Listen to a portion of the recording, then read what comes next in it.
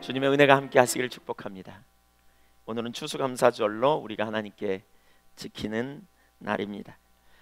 추수의 절기에 하나님께서 베푸신 은혜를 생각하면서 우리가 하나님 앞에 감사를 고백하는 절기라고 말할 수 있습니다. 하나님께서 우리에게 베푸신 은혜가 얼마나 크고 놀라운지 다시 생각하고, 또 우리가 이 아침에 하나님 우리에게 주시는 말씀을 들음으로 말미암아 우리 삶이 새롭게 되고 온전케 되는 귀하고 복된 시간이 되기를 소원합니다. 첫째, 참신앙은 하나님을 알고 하나님의 은혜를 아는 것입니다. 오늘 본문 11절을 같이 한번 읽겠습니다. 시작. 찬양으로 화답하며 여호와께 감사하여 이르되 주는 지극히 선하심으로 그의 인자하심이 이스라엘에게 영원하시도다 하니 아멘. 거기까지만 읽죠. 포로에서 돌아온 이스라엘 백성들이 성전의 기초를 놓고 하나님께 찬양과 감사의 제사를 드립니다. 무엇을 감사하는가? 여기 보니까 두 가지를 말하고 있습니다. 하나는 뭐냐면 하나님의 선하심, 두 번째는 뭐냐? 그의 인자하심이 이스라엘의 영원한 것 때문이다 라고 표현하고 있습니다. 하나님은 선하신 분이시기 때문에 우리가 하나님께 감사합니다 라고 말하고 있죠. 요즘 그 신드롬 중에 여자들 중에 나쁜 남자의 매력을 느낀다 뭐 이런 표현이 있죠. 나쁜 남자의 특징이 뭐예요? 마음이 악하다는 거죠. 나쁜 쪽으로 자꾸 나간다는 거죠. 근데 사실 하나님은 나쁘신 분이 아니에요. 성품상 나쁜 부분이 없어요. 하나님은 선하신 분이에요. 하나님은 항상 가장 완전한 길로 우리를 이끄시고 가장 좋은 길로 이끄시는 분이세요. 하나님은 착하다. 우리 사람에게 착하다는 표현을 쓰지만 그런 의미죠. God is good all the time 이런 표현을 합니다. 하나님은 언제나 선하시고 의로우시고 완전하신 하나님이시다. 성경은 그렇게 표현하고 있어요. 선하시다는 말은 가장 좋은 길, 가장 최선의 길로 인도하시는 것이라는 것이죠. 이스라엘 백성들이 지금 왜 그렇게 고백하고 있습니까? 어떤 모든 일들이 잘 풀렸고 형통했기 때문에 하나님은 선하시다고 고백하고 있지 않습니다. 물론 모든 일이 만사형통하면 하나님은 선하신 분이다. 정말 하나님은 선하시다. 그래서 언제나 우리를 좋은 길로, 너무너무 기가 막힌 길로 우리를 이끄시는 신나는 하나님이시다 라고 고백할 수 있겠죠. 그러나 사실 이스라엘 백성들 입장에서는 과히 좋은 상황이 아니었어요. 그들은 주전 586년에 예루살렘 성전이 멸망하고요, 그 당시에 많은 사람들이 죽고 어려움을 당하고, 그리고 많은 사람들이 포로로 잡혀갔습니다. 특별히 포로로 잡혀갔던 사람들과 그 중에 일부와 그 후손들이 돌아온 50년 만에 돌아와 가지고 지금 고백하고 있는 것이 여호와는 선하시다. 예루살렘 그 성전을 짓고 이제 기초를 이제 닦았을 뿐인데 거기에서 하나님은 과연 선하시다, 그리고 하나님의 인자하심은 영원하시도다라고 찬양하고 있는 것입니다. 그 상황에 뭐가 하나님이 선하시고 뭐가 인자하시다고 하는 생각이 들 수 있을까라는 생각을 해봅니다. 우리는 모든 일이 잘 되고 형통하고 평안하고 내가 예수 믿고 정말 모든 것이 너무너무 잘 나가고 잘 살았다라고 말할 때 우리는 하나님은 선하시다라는 표현을 할 수 있을 것 같기도 한데요, 정말 우리가 하나님은 선하시다라고 말할 수 있겠는가? 그러니까 이스라엘 백성들이 지금 그런 상황인가? 근데 여기 하나님은 선하시다는 고백은요, 만사형통하기 때문에 얻을 수 있는, 그 고백할 수 있는 의미가 아닙니다. 사실은 이런 거죠. 위기가 있고 어려움이 오고 문제가 예측되는 상황에, 그래서 조바심 내고 두려워했는데 그럼에도 불구하고 하나님을 신뢰하고 기다렸더니 하나님께서 기가 막힌 처방을 내리고 기가 막힌 길로 인도하시는 걸 경험해 보면서, 하나님은 위기의 순간에도, 어려움의 순간에도, 문제가 있는 순간에도 하나님은 선하시기 때문에 언제나 우리를 더 좋은 길로, 더 완전한 길로 이끄실 능력이 있는 하나님, 그 하나님의 성품이 바로 선하심이구나 라고 하는 걸 경험했다는 거죠. 예레미야 29장 11절에 보면 하나님께서 이스라엘 백성들을 심판하시면서 너희를 이제 심판하겠다. 내가 너희에게 징계를 부으리라. 너희가 하나님으로 떠났기 때문에 너희를 포로로 잡혀가리라. 이런 말씀을 하시면서 이렇게 표현해요. 29장 11절에 보면 여호와의 말씀이니라. 너희를 향한 나의 생각을 내가 아나니 평안이요 죄앙이 아니니라. 너희에게 미래와 희망을 주는 것이니라. 아니 지금 심판이 눈앞에 와 있는데, 지금 적군이 와서 다 지금 전쟁에 포로로 잡혀갈 지경에 놓여 있는데, 하나님께서 그 상황에도 그들에게 주시는 메시지가 이거예요. 너희를 죽이고 멸망시키려고 하는 게 아니다. 내가 너희를 향한 생각을 내가 아는데 재앙이 아니다. 그것은 희망과 소망을 주려고 하는 것이다. 왜요? God is good. 하나님은 선하시기 때문에. 그래서 근본적으로 그 백성들이 하나님과의 관계 가운데서가 친밀한 교제 가운데 있을 때, 하나님과 온전한 관계 가운데 있을 때 근본적으로 생명과 평강이 있기 때문에 그렇다는 거예요. 그래서 12절에 보면 이렇게 말합니다. 너희가 내게 부르짖으며 내게 와서 기도하면 내가 너희들의 기도를 들을 것이요 너희가 온 마음으로 나를 구하면 나를 찾을 것이요 나를 만나리라. 하나님 찾고 하나님을 만나면 무슨 일이 있습니까? 하나님이 생명이시거든요. 하나님 자신이 생명이세요.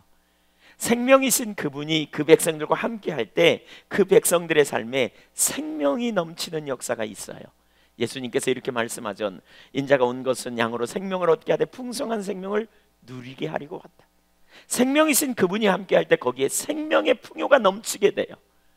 그래서 하나님은 심판의 순간에도 내가 너희를 재앙이 아니라, 징계가 아니라, 내가 너희에게 멸망시키려는 것이 아니라 너희에게 소망을 주려는 거야. 너희의 평강을 위한 거야. 그 평강은 샬롬이신 하나님의 평강이, 그 샬롬, 평강이신 하나님께서 그들과 함께 하실 때 그들 가운데 친히 임하심으로 그들 안에 진정한 평강이 넘치게 되는 것이지요.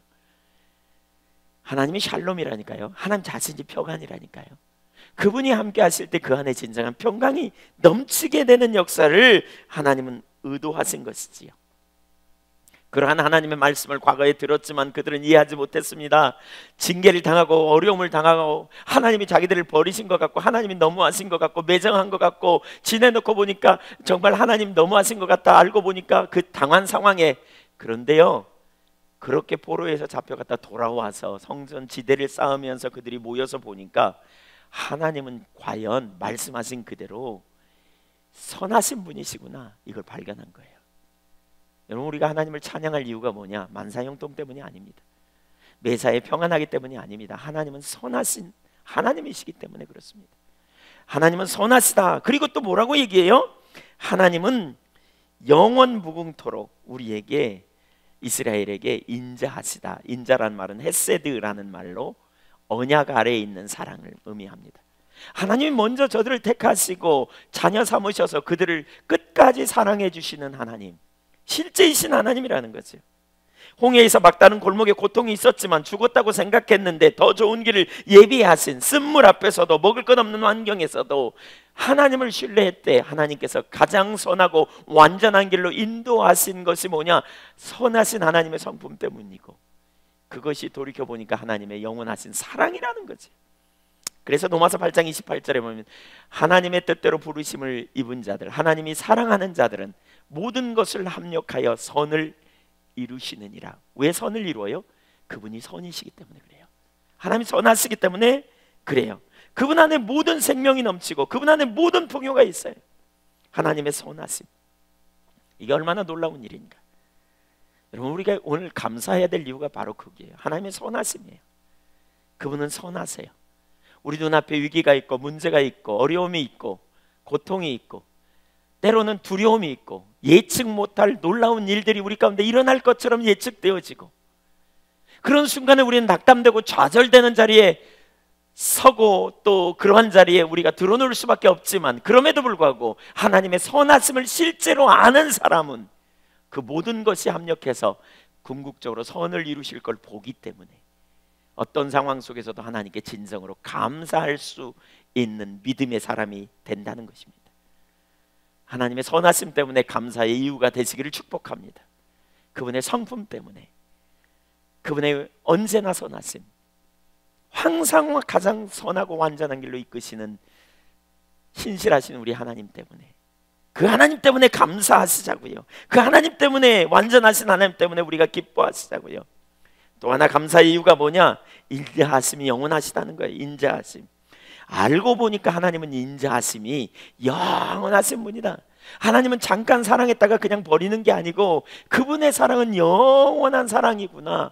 왜? 자기들이 심판에 이르렀을 때, 자기들이 징계에 이르렀을 때, 포로로 잡혀갈 때 하나님은 저기 더 이상 자기들을 사랑 안 하는 줄 알았더니 알고 봤더니 그 하나님의 사랑하심이 자기들을 징계했고 결국 돌아오게 했고, 결국 하나님과 함께 있을 때 거기에 생명이 있기 때문에 그 하나님께서 우리를 여기까지 인도해 가셨구나. 사랑하시는 하나님께서 우리를 붙들 때 우리 삶에 아무런 문제가 없을 거라는 생각을 우리는 하죠. 그런데 히브리서 12장에 보면 6절 이하에 하나님은 사랑하시는 자를 징계하신다 라는 표현이 있어요. 왜요? 하나님을 떠나면 진정한 생명이 없기 때문에. 결국 하나님께 돌아와야, 피조물로서 창조주 하나님께 돌아올 때 생명이 넘치기 때문에. 그래서 하나님이 간섭하신다는 거죠. 그분의 사랑이 나를 간섭하시는, 그분의 은혜가 나를 간섭하시는. 우리 송동석 형제가 오늘 보니까 못 나온 것 같은데, 그 형제가 그런 표현을 하더라고요. 우리 지체들 중에 다른 한 형제에게 하나님의 사랑이 얼마나 끈적끈적한지 우리를 내버려 두지 않는다고. 정신 차리고 하나님을 사랑하는 자리에 있어야 된다고. 사실 그분의 사랑이 얼마나 크고 완전한가 우리가 어디서 알 수 있나요? 십자가에서 알 수 있습니다. 여러분, 우리의 모든 정체성은 십자가에서 발견되어질 수 있어요. 허물과 죄로 죽었던 우리는 피상적으로 우리 자신을 바라봐요. 제가 언젠가 그런 표현을 했지만, 복음을 전하면서 어디서 복음을 전하면서 현미경 밑에 우리 손톱 밑을 후벼놓고 봤더니 정말 지저분하더라. 제가 화장실에 손 닦고 와서 현미경 밑에 손톱 밑을 후벼가지고 보는 일이 있었는데 정말 벌레가 있더라. 하나님이 보실 때, 우리를 보실 때, 우리의 마음의 동기까지 살필 때 하나님 앞에 우리가 얼마나 죄인인지를 알 수 있다. 그리고 이제 복음을 설명하고 여러분 중에 예수님을 구주로 영접할 사람 일어나라 그랬더니 어느 노신사가 벌떡 일어났어요. 나중에 그분께 여쭤봤어요. 어떻게 그렇게 예수님을 영접하게 됐느냐고. 그랬더니 그분은 대학에서 미생물을 가르치는 교수님이셨어요. 수도 없이 본다는 거예요. 하나님의 눈이 현미경보다 더 밝다면 내 모습이 얼마나 죄인인가를 그 순간 인식하게 됐다는 거예요. 내가 얼마나 끔찍한 죄인인가. 그리고 정말 예수님이 없이는 불가능하구나. 그래서 하나님의 아들이 죽으셨구나. 그래서 하나님의 아들이 우리를 위하여 십자가에 달려 죽으셨구나. 갈라디아서 2장 20절에는 그래서 이렇게 말하세요. 나를 사랑하사 나를 위하여 자기 몸을 버리신 하나님의 아들. 하나님의 아들이 나를 위해, 나를 사랑해서 내 죄의 문제로 스스로 해결할 길이 없어서 십자가에 못 박혀 죽으심으로 영단번에 나의 모든 죄를 완전히 해결하시고 구원하신 놀라운 능력의 하나님. 로마서 5장 8절, 우리가 아직 죄인 되었을 때 그리스도께서 우리를 위하여 죽으심으로 하나님께서 우리에게 대한 자신의 사랑을 확증하셨느니라. 로마서 8장 31절 이하에 그런즉 우리가 무슨 말하리요? 만일 하나님이 우리를 위하시면 누가 우리를 대적하리요? 환난이나 핍박이나 기근이나 위험이나 적시나 칼이야. 아무것도 할 수 없다. 자기 아들을 아끼지 않고 내어주시니까 어찌 그 아들과 함께 모든 것을 우리에게 은사로 더해주지 아니하시겠느냐. 십자가에는 하나님의 완전한 사랑이 있습니다. 완전한 사랑, 부족함이 없는 사랑. 우리는 무엇을 보며 오늘 감사할 수 있습니까? 환경 때문에, 주어진 여건 때문에. 그런 여건이 있다면 많이 감사하십시오. 하나님께. 주님 감사합니다. 이런 은혜를 주셔서 감사합니다. 우리 가정에 이런 일을 주셔서 감사합니다. 이런 환경을 주셔서 감사합니다. 그러나 그 모든 일이 아무것도 없는 것처럼 여겨지는 상황이라 할지라도 우리는 하나님의 선하심과 그리고 그분의 인자하심이 영원하심으로 인하여 우리는 주님께 감사의 자리로 나아가야 될 줄로 믿습니다. 그것이 우리가 하나님의 하나님 되심을 인하여 감사하고 기뻐하는 일이 되는 것입니다. 그런데 말이에요, 우리가 이 하나님께 감사하는 것은 단순히 지식적인 차원을 뛰어넘어요. 사실 우리가 하나님을 아는 만큼 하나님께 감사할 수 있고, 하나님을 아는 만큼 우리 삶에 능력이 있어요. 우리 신앙은 이론이 아니고 실제적인 것을 우리는 기억해야 돼요. 하나님의 선하시다는 사실이 단지 지식의 이론으로 머물러 있다면 우리는 하나님의 선하심을 실제로 경험하지 못하게 될 거라고요. 우리는 하나님의 사랑이 영원하다는 사실을 이해하지 못하면, 알지 못하면, 단지 지식으로만 안다면 우리 신앙은 실제적으로 하나님의 선하심을 맛보아 경험하는 역사가 없게 될 거라고요. 너희는 여호와의 선하심을 맛보아 알지어다라고 권면했던 그러한 성경 저자의 그 하나님의 말씀처럼 하나님의 선하심을 개인적으로 경험하고 누리고 체험하고, 그리고 하나님의 영원하신 사랑을 실제로 우리가 누리며 사는 놀라운 능력의 삶이 되어져야 되는데, 그 삶이 우리 가운데 실제인가를 생각해 봐야 돼요. 여러분께 여쭤볼게요. 하나님은 여러분에게 선하신 분입니까? 하나님의 인자하심이 여러분에게 영원하십니까? 실제이십니까? 경험되어지고 있습니까? 지식으로 머물지 않습니까? 혹시 이론적으로는 하나님 선하시다고 동의하지만 실제적으로는 전혀 선하신 것처럼 느껴지지 않을 때가 있습니까? 혹시 실제이시냐고요? 우리 신앙은 이론이 아닙니다. 관념 속에 있지 않습니다. 실제여야 합니다. 타락한 인간의 상태, 아담의 타락 이후에 인간이 타락했잖아요. 아담이 선악과를 따먹은 이후에, 범죄한 이후에 인간이 타락했잖아요. 그래서 신학자들은 하나님의 형상이 깨졌다, 망가졌다 이런 표현을 하죠. 하나님의 형상, 하나님의 형상의 의미 중에 하나가, 그러니까 의미가 이렇게 하나님의 본래적인 형상 중에 하나가 아는 것입니다. 그러니까 understanding, 하나님을 아는 것, 이 기능이 있어요. 근데 인간이 타락하면서요, 영혼의 기능을 상실했어요. 그게 뭐냐? 하나님을 아는 기능을 상실해 버렸어요. 그때 이후에 인간은 교만하게 돼요. 왜? 하나님을 모르니까 자기가 제일인 줄 알아요. 자기중심, 교만함의 자리에 가요. 하나님을 알 때 인간은 겸손해요. 근데 하나님을 아는 기능이 망가졌단 말이에요, 인간에게. 그래서 하나님을 알지 못해. 하나님을 알지 못하니까 인간에게 무슨 일이 있어요? 하나님의 뜻이 무엇인지도 모르고 하나님을 찾지도 구하지도 않게 된다는 거예요. 시편 14편 1절 이하를 보겠습니다. 시편 14편 1절 같이 한번 읽을까요? 시작. 어리석은 자는 그의 마음에 하나님이 없다 하는도다. 그들은 부패하고 그 행실이 가증하니 선을 행하는 자가 없도다. 제가 한 절씩 읽으면 설명하겠습니다. 어리석은 자다, 어리석은 자가 있다. 그들은 하나님이 없다 이렇게 말한다. 즉 하나님 모른다는 거예요. 왜냐하면 그들은 부패했다. 여기 부패했다는 말은 썩었다는 말이죠. 심령이 부패하여 전혀 생명이 없는 상태, 전적 부패라는 단어를 쓰지요. 인간이 하나님을 떠나면 부패해요. 예, 심령이 부패해요. 그래서 기능이 망가졌어요. 하나님을 아는 기능이 망가져 버렸어요. 타락했다는 말이에요.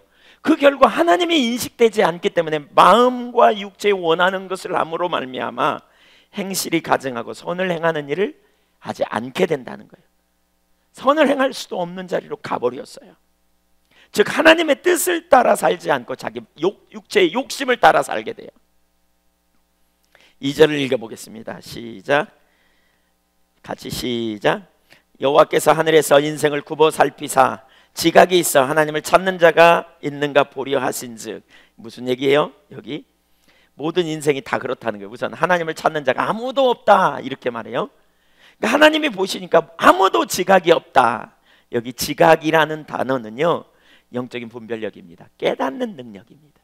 인식하는 능력입니다. 알 수 있는 능력이 없어졌다는 거예요. 이번에 그 모건대 이선희 교수님이 오셔서 요한웨슬리 강의하는데, 신학을 강의했는데, 그분 조직 신학자라서 그런 부분을 잘 다루시더라고요.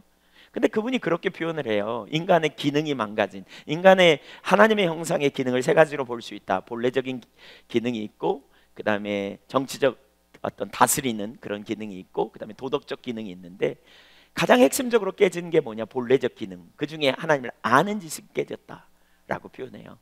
하나님을 아는 게 무너졌어요, 인간에게. 그래서 인간은 지각이 없어요. 그러니까 깨닫는 인식이 인식되지 않는다는 거죠. 하나님이 인식되지 않아. 그러니까 인간은 하나님을 알기 위해 뭐 하느냐? 이성을 가지고 하나님을 알려고 시도한다는 거죠. 근데 문제는 이성으로 우리가 하나님을 달 수 없다는 거죠. 그래서 이론적인 지식에 머물러 버리는 가능성, 사실 하나님을 아는 것은 이성으로 아는 게 아니고 직관으로, 성령께서 깨닫게 하시는 조명으로, 우리식으로 표현하면 성령께서 비추셔서 깨닫게 하심으로 하나님을 알 수 있게 된다는 거예요. 그래서 고린도전서 2장 6절 예를 보면, 고린도전서 2장 6절 예를 보면 그렇게 표현하고 있어요.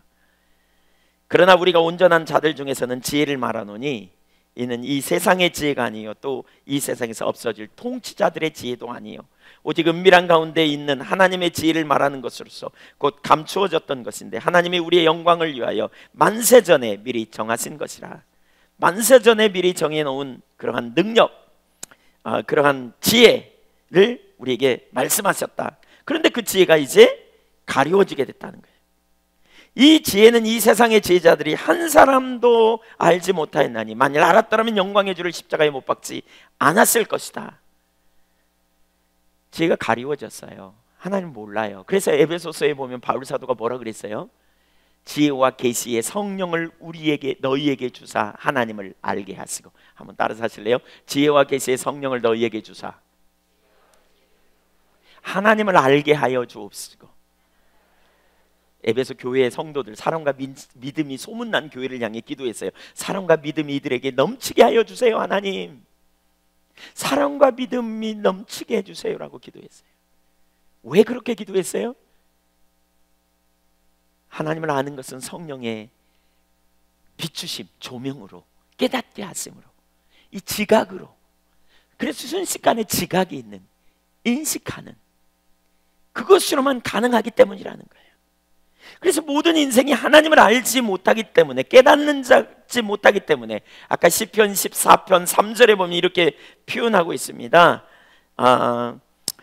다 치우쳐 함께 더러운 자가 되고 선을 행하는 자도 없으니 하나도 없도다. 여기 치우쳐 함께 더러운 자가 되었다. 치우쳤다는 말은 자기 고집대로 간다는 거예요. 하나님의 뜻대로 안 가. 그래서 불순종해요. 자기 생각대로 가는 거예요. 자기 고집대로 가는 거예요. 자기 욕심을 따라가는 거예요. 그래서 하나님 앞에 더러움이 되고 선이 하나도 없는 상태가 되어버리는.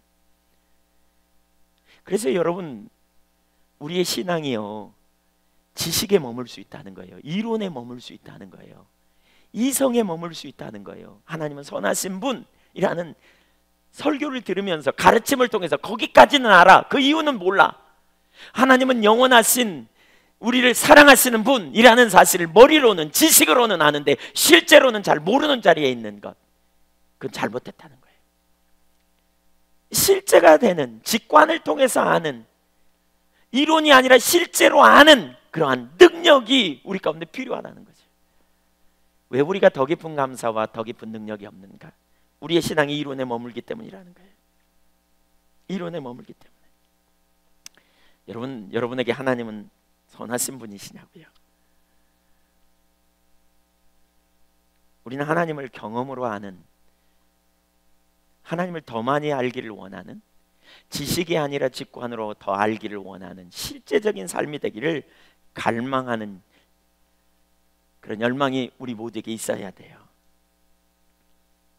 오늘날 많은 사람들이 신앙을 이성적인 수준에서 머물러 버려요. 그러니까 이성적인 수준에서 머무르면 신앙은 실제가 아니에요. 제가 오늘 한 영상을 좀 보려고 합니다. 추수감사절이니까 특별히 그 영상을 하나 보려고 합니다. 영화의 한 장면을 좀 보려고 그래요. 지난번에 보니까 그 연극 했더니 눈이 반짝반짝 하셔서 오늘도 영화 한 토막 보면서 눈이 반짝반짝, 저기 졸린 눈들이 벌쩍 띄어지고 하시라고. 이것은 실화를 배경으로 쓰여진, 그러니까 만들어진 영화예요. 영화 제목은 감자 같은 믿음입니다. 알리스트 버컨이라는 아프리카에서 농사를 짓는 평범한 농부 이야기. 그 주인공은 매우 성실한 사람이었습니다. 그는 인생의 위기를 만납니다. 잠비아에서 처음에 농사를 짓다가 거기서 백인으로서 흑인들이 있는 지역에서 농사를 지으면서 많은 어려움을 당하고 또 농사가 잘 안 되고 위기를 느끼면서 다른 지역으로 이주를 하지만 거기서도 농사 짓는 게 만만치 않습니다. 그래서 거의 파산할 지경에도 이르고 그는 마음에 매우 갈등을 겪고 심한 스트레스를 받으면서 하지 않았던 행동들을 하기 시작합니다. 그러자 어느 날 아내도 갈등을 하다가 신앙에 대해서 이야기를 듣고 아내의 강권에 의거하여 이제 신앙 간증 집회에 참여하게 되면서 인격적인 주님을 만나게 됩니다. 그리고 그는 이제 인격적인 주님을 만나면서 그가 아주 단순하게 하나님과 친밀한 교제를 갖게 되고 인격적인 주님을 만나면서 성경의 이야기들이 그냥 추상적인 이야기 아니라 실제인 것을 그는 인식하면서 하나님은 실제 하시는 분이시라고 그는 고백하기 시작합니다. 그렇게 찾고 그렇게 구하고 그러는 가운데 어느 날 불이 났습니다. 자기 농장에. 그리고 그 불이 바람이 건기였기 때문에 한번 붙은 불이 쉽게 꺼지지 않습니다. 거기다 바람이 세게 붑니다. 그래서 옆에 농장까지 옮겨 붙습니다.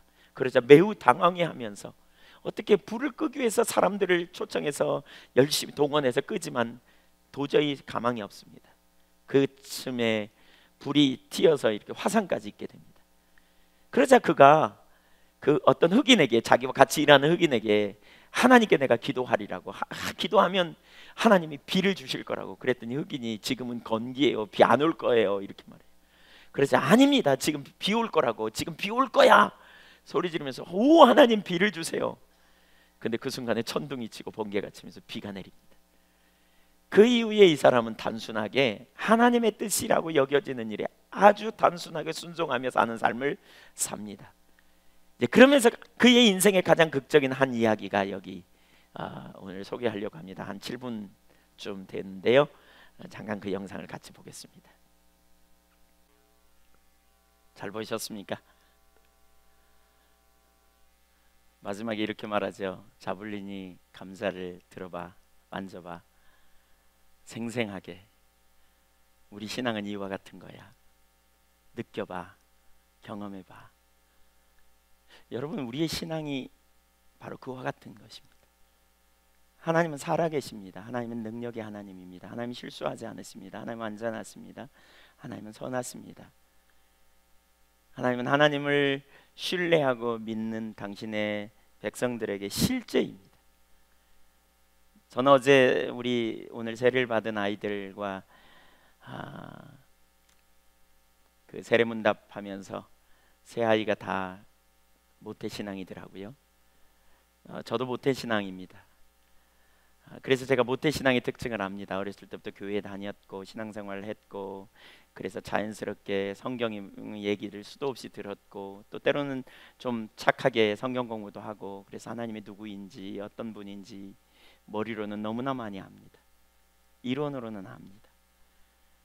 그러나 관념적이고 추상적인 경향이 많이 있죠. 그래서 제가 개인적으로는 내가 하나님 아니? 라고 물어봤습니다. 생생하게 실제로 리얼이라 그래, 리얼. 여러분, 하나님을 아십니까? 실제로 하나님이 여러분에게 얼마나 크고 놀라우며 능력의 하나님이고 매 순간마다 우리의 기도를 들으시고 응답하시고 모든 상황에서 보호하시고 돌보시고 이끌어 가시는 실제이신 하나님을 더 알기를 원치 않으십니까? 사실 하나님께서 우리의 신앙이 단지 관념 속에 머릿속에 있는 신앙이 아니라 실제이신 분이심을 알 수 있도록 우리를 그렇게 초청하고 계십니다.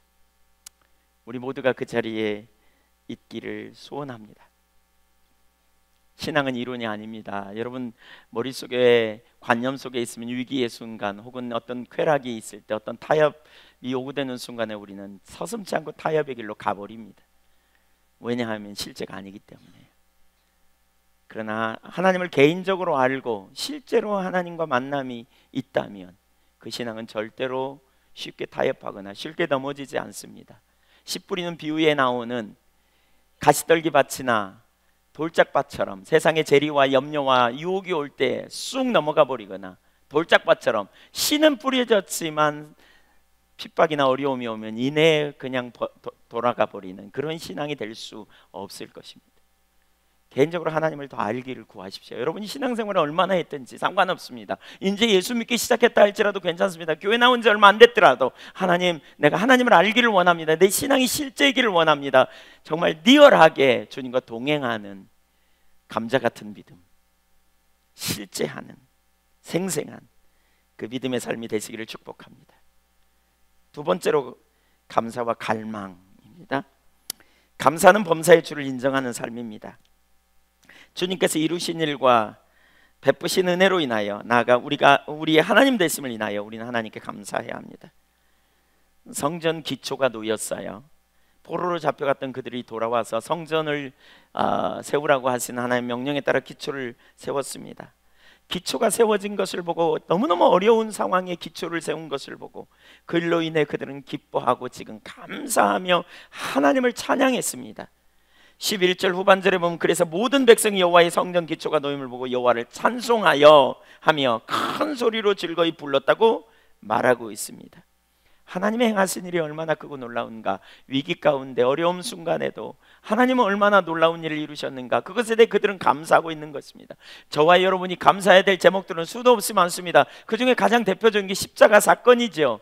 십자가 사건을 우리가 보면 볼수록 하나님의 은혜가 얼마나 크고 얼마나 놀라운지, 우리가 어둠에서 빛으로 사단의 권세에서 하나님 나라로 옮겨졌다는 것이 예수를 알게 되고 그 예수 그리스도 안에 있는 영원한 생명을 얻게 되었다는 것이, 영원한 안식, 영원한 천국 우리가 소유하게 되었다는 것이 얼마나 귀한 일인가, 얼마나 감사한 일인가. 또 거기다가 가끔 때때로 하나님께서 우리에게 기도도 응답해 주시고 또 개인적으로 어떤 필요를 채워주시고 보호하시고 돌보시는 역사들 하나님이 지켜주시는 게 얼마나 신나는 일인가. 그러면서 우리는 감사할 수 있습니다. 그 일에 우리는 감사해야 합니다. 여러분, 주신 은혜를 인하여 크게 감사할 수 있기를 축복합니다. 기뻐하며 하나님을 찬양하시자고요. 아멘. 그런데 말이에요, 저는 거기서 조금 더 나가기를 원해요. 우리가 하나님이 그런 큰 은혜를 주신 것은 너무 감사하고 감사의 조건이에요. 정말 우리가 하나님을 찬양해야 될 이유예요. 그런데 말이죠, 우리가 그 주신 감사의 목록들에만 머물러 있면 더 크고 더 놀라운 은혜를 놓쳐버리기 쉽다는 거예요. 주님이 주신 은혜를 감사하고 기뻐하는 일은 당연한 일입니다. 우리가 해야 할 일입니다. 그런데 거기서 만족하고 끝나서는 안 된다는 것이죠. 주님께서는 더 크신 은혜를 우리에게 주시기를 원하십니다. 더 놀라운 하나님의 임재 가운데 우리를 두시기를 원하십니다. 더 큰 갈망을 가지고 주님을 찾고 구하기를 원하세요. 여기 오늘 본문에 잘 보니까 젊은이들은 기뻐했어요. 감사하고 찬양했어요. 왜요?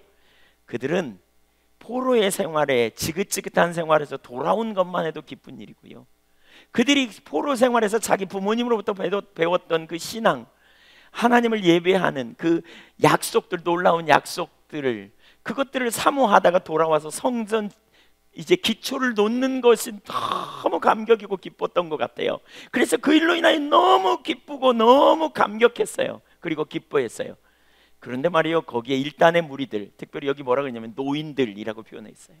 노인들은 매우 슬퍼 울었다는 거예요.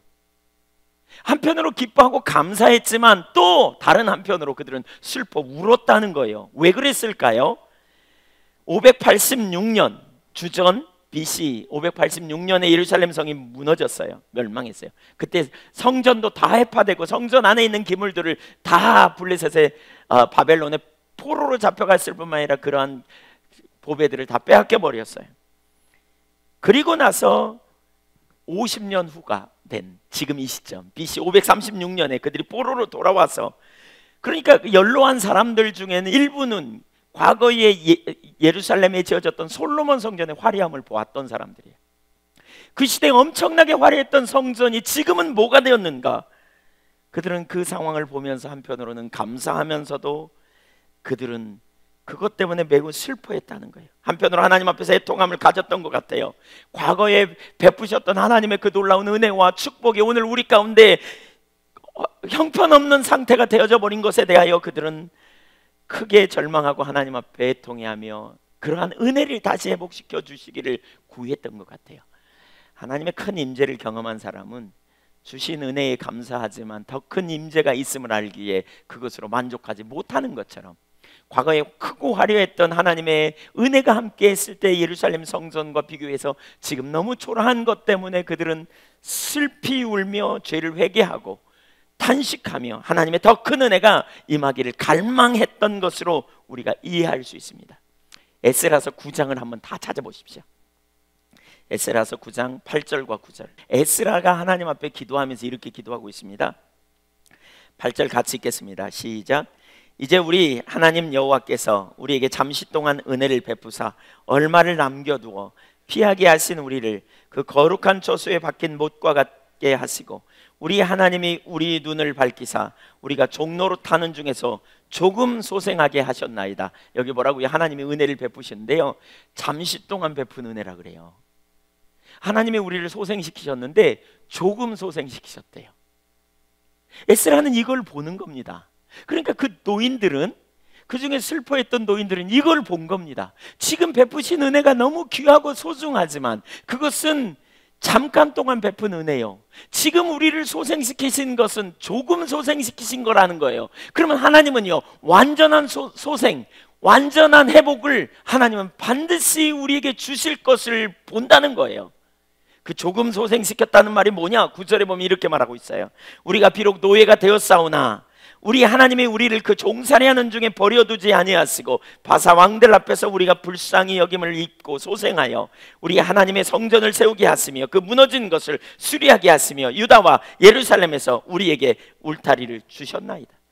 보로된 중에 우리를 돌아오게 하시고 거기서 불쌍히 여기셔서 성전을 다시 세우게 하시고 수리하게 하시고 이곳에 돌아와서 어떤 일이요?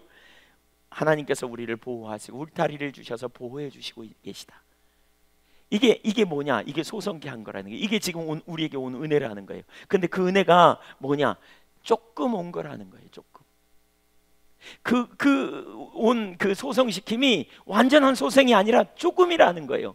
그들은 뭘 보고 있어요? 완전한 은혜를 보고 있어요. 완전한 소성을 보고 있어요. 지금 우리에게 주신 은혜는 조금밖에 안 되는 거다. 이것도 작지 않다. 이게 엄청난 거다. 보로에서 우리를 살리셨고 거기서 긍휼을 얻어 우리가 다시 옛 고토로 돌아왔다. 그리고 성전을 다시 건축했다. 그리고 우리를 보호하시려고 하나님이 울타리를 주셨다. 엄청난 은혜지요. 그러나 자기들이 받을 은혜에 완전한 은혜를 그가 바라보고 있는 에스라로서는 이 은혜에 만족할 수 없다는 거예요. 그 하나님의 완전한 은혜를 보는 이들로서는, 그 하나님의 완전한 소생을 보는 이들로서는, 자기들에게 베푸신 그 은혜로서는 결코 만족할 수 없다는 거예요. 하나님의 부흥은 이런 무리들에게 옵니다. 크신 은혜를 경험했지만 그러나 더 크신 하나님의 임재 가운데 있기를 원하는, 더 큰 하나님의 은혜 아래 거하기를 원하는 열망. 다윗 데니가 쓴 글에 보면 자기가 집에 나갔다가 집에 돌아오고 싶대요. 왜요? 오면 자기 딸들이 있대요. 그분은 딸들이 너무너무 보고 싶어서. 그래가지고 문을 열면 막내딸이 쭉 달려와서 자기를 안는데요. 문 앞에서. 그러면 안는데요. 그러면 딸이 뽀뽀를 해준대요. 그러면 이제 내려놓으라 그러는데 그럼 안 내려놓는데요. 왜 안 내려놓냐고. 그러면 아빠가 너의 뽀뽀를 더 받고 싶다고. 그럼 딸이 그런다는 거예요. 하여튼 이렇다니까. 그러면서 한번 쭉 해주고 간다는 거예요. 하나님이 우리에게 원하시는 게 뭘까라고 그분은 표현해요. 우리가 하나님을 사랑하고 찾고 구할 때 하나님은 우리 가운데 당신의 한없는 은혜를 쏟아부으시고 하나님의 한량없는 은혜와 그 은총 아래서 개인적으로 주님을 더 알게 하시고 주님과 동행하게 하시고, 사실 성경에 보면 하나님을 이렇게 진짜 만난 사람들의 삶은 근본적으로 변화됐거든요. 여러분, 신앙은 생생한 거예요. 리얼이에요. 단지 머릿속에 있는 이론이 아니라고요. 하나님께서 우리 가운데 더 큰 은혜로 임재하셔서 하나님만 하실 수 있는 놀라운 능력의 역사들을 나타내 주시기를 간절히 소원합니다. 학개서 2장 9절에 보면 그런 약속이 있어요. 이 성전의 나중 영광이 이전 영광보다 크리라. 솔로몬 시대의 성전 화려했지만 그때 영광보다 이 보잘것없는 성전에 임하는 하나님의 영광이 더 크리라. 에스라 선지자는 그걸 본 거죠. 하나님의 그 더 큰 영광. 슬퍼했던 그들은 그 더 큰 영광을 보았던 거죠. 여러분, 하나님의 은혜가 여러분에게 임한 지금 충분히 족하십니까? 아니면 더 큰 은혜가 여러분에게 필요합니까? 더 큰 은혜를 갈망할 수 있기를 축복합니다. 우리가 주신 은혜에 충분히 감사하자고요. 너무너무 귀한 은혜. 그러나 하나님의 은혜는 우리에게 더 큰 은혜로 우리 가운데 하나님은 예비하고 계시고, 더 큰 은혜를 우리에게 부어주시기를 기뻐하시고, 우리가 하나님을 찾고 우리가 하나님을 열망하며 우리가 하나님을 사모할 때 하나님께 더 크고 더 놀라운 은혜로 우리 가운데 함께 하시고, 우리가 하나님을 알며 하나님을 영화롭게 하는 자리에 서게 될 줄로 믿습니다. 우리가 받은 은혜 너무나 크고 놀랍습니다. 그래서 하나님 감사합니다. 하나님 너무너무 감사합니다. 그런데 하나님, 우리가 모세처럼 하나님의 영광을 알기를 보기를 원합니다. 당신의 영광을 우리에게 보여주십시오라고 우리가 기도해야 합니다. 하나님, 우리에게 지각이 없습니다. 우리가 지각이 없어 하나님을 단지 이론으로만 알고 있습니다. 실제가 아닙니다라고 우리는 고백해야 합니다. 우리의 눈을 열어 지혜와 계시의 성령을 주셔서 하나님을 알게 하시고, 우리의 신앙이 이론이 아니라 실제가 되며 능력의 삶이 되게 하여 달라고 우리는 구해야 합니다. 아담의 타락한 이후에 지각이 없는, 그리고 하나님을 사랑하는 것이 아니고 세상을 사랑하는 것이 아니라 자기를 사랑하고, 그러니까 이웃을 사랑하는 것이 아니라 세상을 사랑하고 육신의 정욕, 안목의 정욕, 이생의 자랑으로 흘러가 버리는 우리들의 모습. 하나님의 뜻을 쫓아가기보단 마음과 육체에 원하는 것을 하여 본질상 진노의 자녀였던 과거의 삶이나 별로 다를 바가 없는 현실 속에 살고 있다고 인정하면서, 하나님, 우리에게 하나님을 아는 은혜를 부어주시옵소서라고 구하시자고요. 심령이 가난한 자는 복이 있어요. 의에 줄이고 목마른 자는 배부름을 받을 것이라고 성경은 말하고 있어요. 하나님께서 그런 갈망을 우리 모두에게 더 부어주시기를 소원합니다. 목마른 사슴이 시냇물을 찾기에 갈급한 것처럼 하나님, 내 영혼이 주님을 찾기에 갈급합니다. 하나님, 내가 오늘 영화를 봤더니요, 설교를 들었더니요, 하나님, 내 신앙은 리얼이 아닌 것 같은데요, 하나님, 저도 리얼이게 해주세요. 하나님, 저도 하나님을 알게 해주세요. 하나님이 실제인 것을 알게 해주세요. 그렇게 하나님을 찾으세요. 여러분이 그렇게 입을 벌리고 찾는 순간, 조만간 하나님께서 여러분의 신앙을 실제로, 여러분의 신앙이 단지 머릿속에서 관념적으로 있는 게 아니고 실제이신 하나님을 알 뿐만이 아니라 하나님을 사랑하고 하나님의 뜻대로 변해 있는 여러분의 모습을 조만간 발견하게 될 줄로 믿습니다. 저는 이 세대 가운데 그런 갈망이 있어야 된다고 봅니다. 하나님의 부흥이 그런 세대들 가운데, 그런 세대들에게 임하여서 하나님만 하실 수 있는 놀라운 능력의 역사를 나타내십니다. 우리의 비전은 회복과 부흥입니다. 하나님의 부흥이 우리 가운데 임하기를 사모하시자고요. 갈망하시자고요. 그러한 하나님의 은혜가 우리 모두에게 넘치게 되기를 간절히 소원합니다. 기도하겠습니다.